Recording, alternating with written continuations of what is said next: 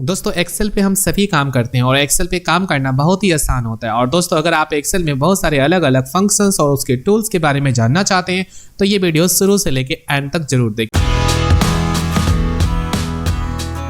दोस्तों यहाँ पे आप देख रहे हैं कि नेम और हमें मोबाइल नंबर सेपरेट करने हैं इस डेटाबेस रिकॉर्ड से। तो उसके लिए मैं यहाँ पे इस डेटाबेस का रिकॉर्ड सेलेक्ट कर लेता हूँ। सेलेक्ट करने के बाद आपको यहाँ प्रेस करना है F5। जैसे आप F5 बटन को प्रेस करते हो यहाँ पे हमें मिलता है गो टू में जाना है यहाँ स्पेशल में, और स्पेशल पे जाने के बाद हमें यहाँ सेलेक्ट करना है कॉन्स्टेंट पे जाने के बाद आप यहाँ पे जो नीचे में आप देख रहे हैं अलग अलग जो ऑप्शन बनी हुई है इनको आप अनटिक कर दो और यहाँ पे आप सिलेक्ट करो टेक्स्ट। हमने यहाँ पे टेक्स्ट को सिलेक्ट किया और उसके बाद मैं यहाँ ओके बटन पे क्लिक करूंगा। सो यहाँ पे आप देख सकते हैं कि जितनी भी नेम है सब सेलेक्ट हो गए। एंड उसके बाद Ctrl+C करना है कॉपी, एंड उसके बाद यहाँ नेम कॉलम के अंदर आना है और Ctrl+V करना है। अब देखेंगे यहाँ पे नेम हमारा पॉपुलेट हो चुका है। एंड आगे हम देखते हैं यहाँ मोबाइल नंबर सेपरेट करने के लिए यहाँ से फिर से डेटाबेस को सिलेक्ट करेंगे एंड उसके बाद F5 बटन को अगेन प्रेस करेंगे और स्पेशल पे क्लिक करेंगे और यहाँ हमें अगेन सेलेक्ट करना है कॉन्स्टेंट, और अब की बार हमें यहाँ पे नंबर सेलेक्ट करनी है। नंबर सेलेक्ट करने के बाद आप यहाँ ओके बटन पे क्लिक करोगे एंड उसके बाद आपको अगेन Ctrl+C कॉपी करनी है और यहाँ पे आप मोबाइल नंबर के कॉलम में आना है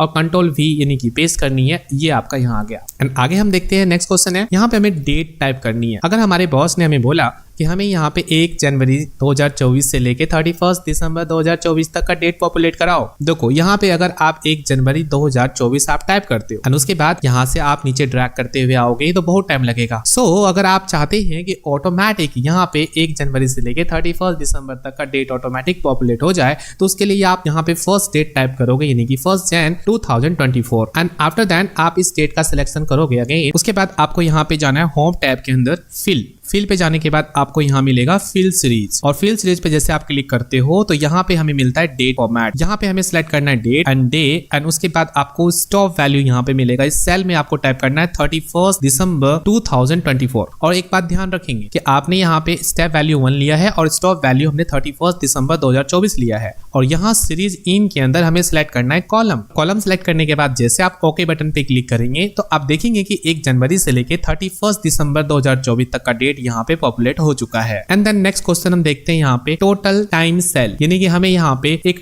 टाइम दिया हुआ है और यहाँ पे मिनट्स दिए हुए हैं। अब हमें बोला जाता है इस टाइम के अंदर 20 मिनट्स ऐड करो। अगर हम 20 मिनट्स ऐड करेंगे तो 10:24 AM आना चाहिए। ये क्वेश्चन बहुत सिंपल है बट एक्चुअली अगर आप ये सोच रहे हैं हम इस टाइम के अंदर मिनट्स को हम प्लस करके ऐड कर देंगे तो ये हमारा टाइम पॉपुलेट हो जाएगा, बट ऐसा नहीं है। यहाँ पे हमें इज इक्वल टू टाइप करना है और उसके बाद हमें यहाँ पे टाइम को सिलेक्ट करनी है एंड प्लस और उसके बाद अगेन एक फॉर्मूला आपको टाइप करनी है टाइम एंड ब्रैकेट ऑन, और यहाँ आर में आपको सिलेक्ट करनी है 0 एंड कॉमा, और मिनट में आपको इस मिनट का टाइम जो है दिया हुआ है यहाँ इसको सिलेक्ट करना है और कॉमा देकर फिर सेकंड में अगेन 0 प्रेस करेंगे और ब्रैकेट को ऑफ करेंगे और जैसे एंटर करेंगे तो अब आप देख सकते हैं कि इस टाइम में ये मिनट ऐड हो चुका है। एंड उसके बाद आप जैसे इसको नीचे ड्रैग करेंगे तो आप देखेंगे ऑटोमेटिकली हर एक टाइम के अंदर उस मिनट को ऐड कर दिया। आप देखेंगे यहाँ पे हमारा सभी टाइम पॉपुलेट हो चुका है। एंड देन नेक्स्ट क्वेश्चन देखते हैं परसेंटेज ऑफ सेल। हमें यहाँ पे इस क्वेश्चन के अंदर कुछ नेम दी गई हैं। हमें यहाँ पे बोला जाता है उनके सेल का परसेंटेज निकालो, कितने सेल परसेंटेज है। सबसे पहले हमें इन सभी सेल का सिलेक्शन लेना है। सिलेक्शन लेने के बाद यहाँ पे क्विक एनालिसिस का एक बटन है, इस पे क्लिक करेंगे एंड उसके बाद हम यहाँ पे जाते हैं टोटल पे और यहाँ एक एरो बटन है राइट में, आप इसको क्लिक करेंगे और यहाँ हमें मिलेगा परसेंटेज ऑफ टोटल। आप जैसे इस पे क्लिक करेंगे तो अब आप देख सकते हैं कि हर एक कैंडिडेट का परसेंटेज ऑफ टोटल फाइंड हो गया। एंड देन हम नेक्स्ट क्वेश्चन देखते हैं। हमारे को यहाँ पे कुछ सीरियल नंबर दिए गए हैं। हमें इन सभी सीरियल नंबर को रोमन फॉर्मेट में करने के लिए यहाँ पे हम एक्सेल के अंदर एक फॉर्मूला टाइप करेंगे जिसका नाम है रोमन।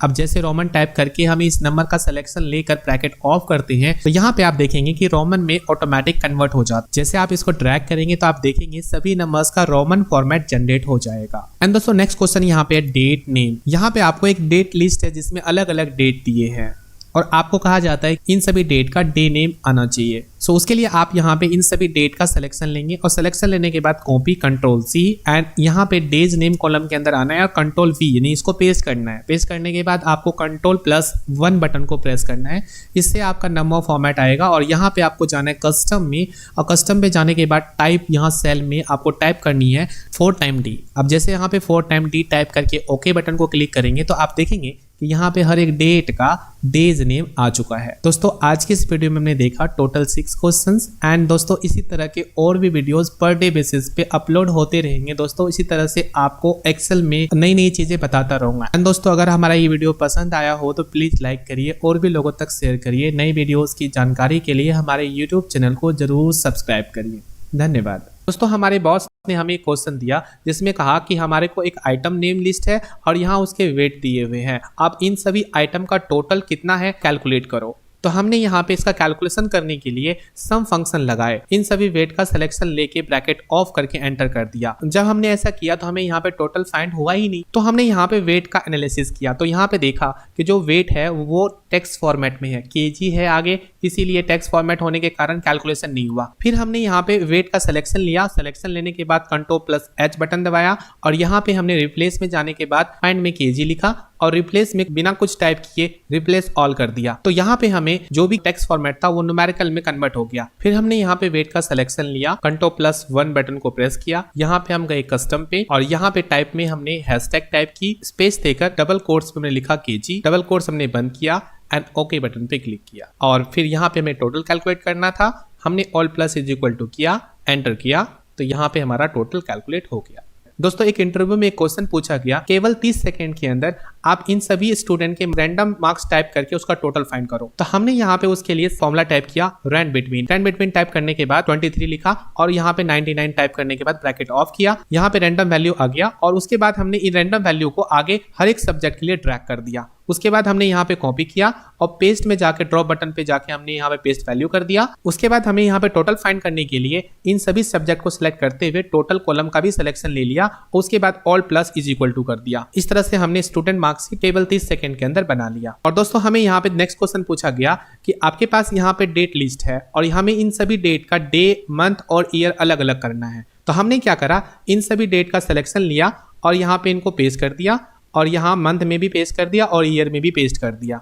पेस्ट करने के बाद हमने यहाँ पे डेज के सभी डेट का सिलेक्शन ले लिया और उसके बाद हमने Ctrl+1 प्रेस किया और यहाँ पे हम गए कस्टम पे और कस्टम पे जाने के बाद टाइप में हमने टाइप किया डबल डी टाइप करने के बाद हमने ओके कर दिया। तो यहाँ पे डेट फाइंड हो गया। उसी तरह से हमने यहाँ मंथ के लिए सभी मंथ के डेट का सिलेक्शन लिया, Ctrl+1 प्रेस किया, यहाँ पे गए कस्टम में और यहाँ टाइप के अंदर हमने टाइप किया MM, उसके बाद हमने ओके बटन पे क्लिक किया। सेम यहाँ पे हमने ईयर के लिए इन सभी का सिलेक्शन लिया और यहाँ पे Ctrl+1 प्रेस किया, कस्टम पे गए और उसके बाद टाइप में हमने टाइप कर दिया थर्ड टाइम Y एंड उसके बाद ओके। सो इस तरह से हमने इस डेट का डे, मंथ और ईयर अलग अलग कर लिया। और दोस्तों हमसे और एक क्वेश्चन पूछा गया, आपके पास एक टेबल है और इसमें कुछ कैंडिडेट के नेम और उसके सेल वैल्यू दी हुई है। किसी भी कैंडिडेट का यहाँ पे नेम टाइप करेंगे तो उसका टोटल सेल यहाँ पे फाइंड होना चाहिए।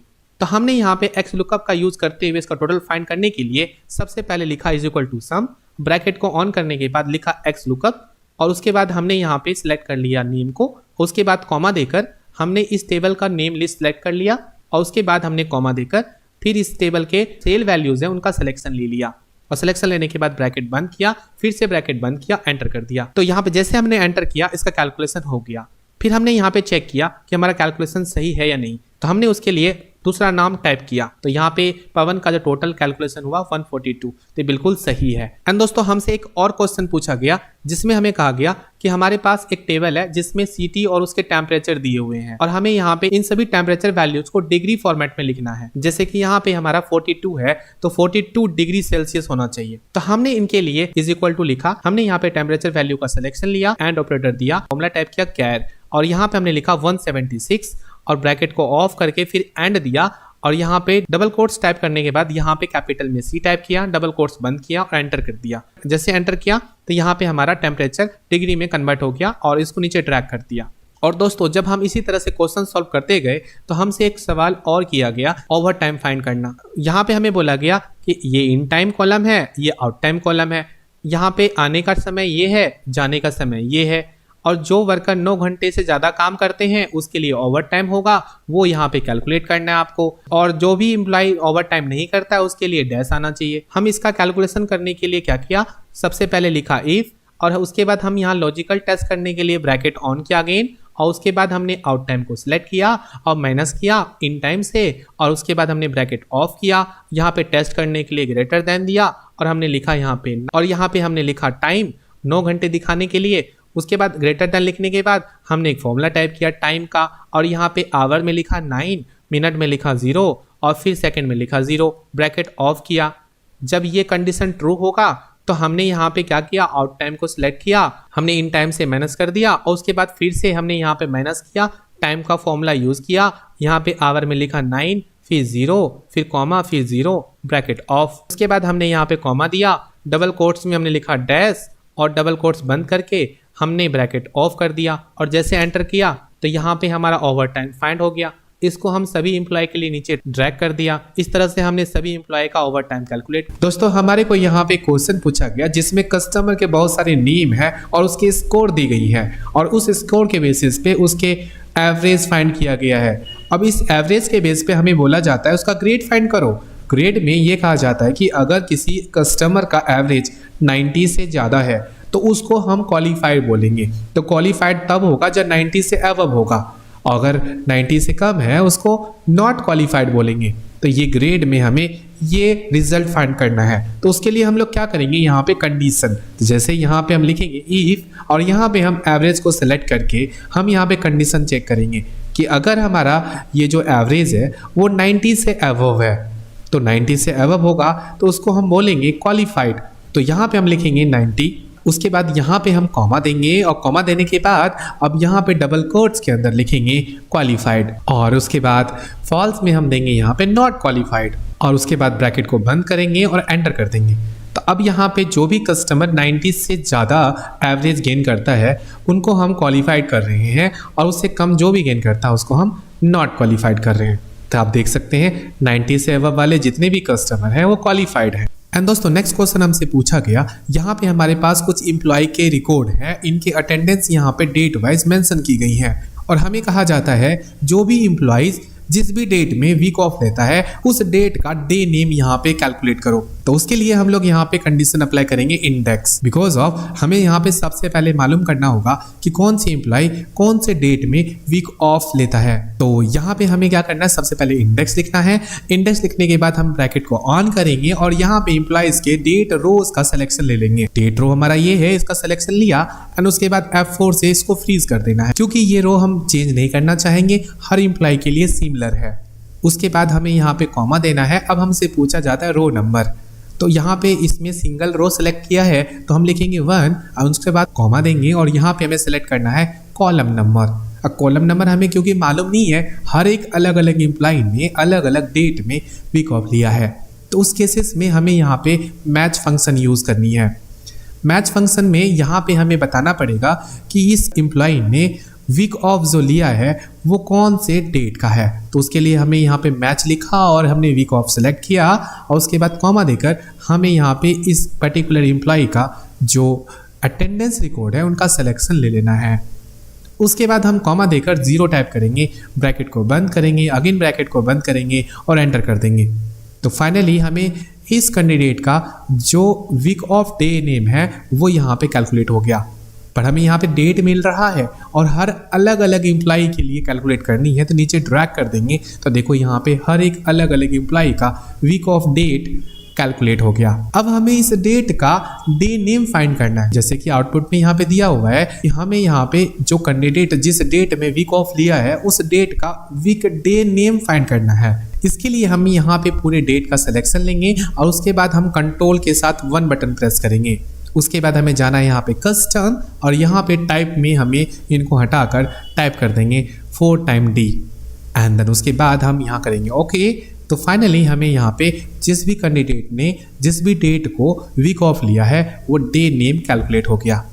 सो दोस्तों आज के इस वीडियो में इतना ही। दोस्तों हमारा ये वीडियो पसंद आए तो प्लीज़ लाइक करिए और भी लोगों तक शेयर करिए। नए वीडियोज़ की जानकारी के लिए हमारे YouTube चैनल को ज़रूर सब्सक्राइब करिए। धन्यवाद।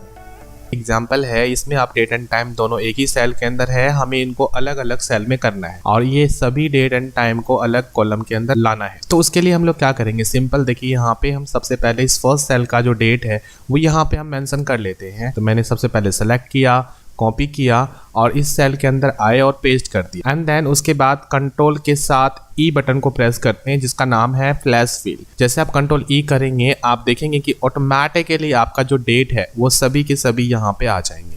जो आपके इस सेल के अंदर लिखे हुए इस कॉलम में है वो सभी डेट यहाँ पे आ गए। और उसके बाद आपको टाइम भी अलग करना है, तो उसके लिए आप यहाँ से टाइम को भी डबल क्लिक करके सिलेक्ट कर लो और कॉपी करने के बाद आप यहाँ इस सेल के अंदर आप आओ, उसके बाद पेस्ट कर दो। उसके बाद जैसे आप Ctrl+E बटन को प्रेस करोगे तो आप देखोगे कि जितने भी हमारे यहाँ पे टाइमिंग है वो इस कॉलम के अंदर आ चुका है।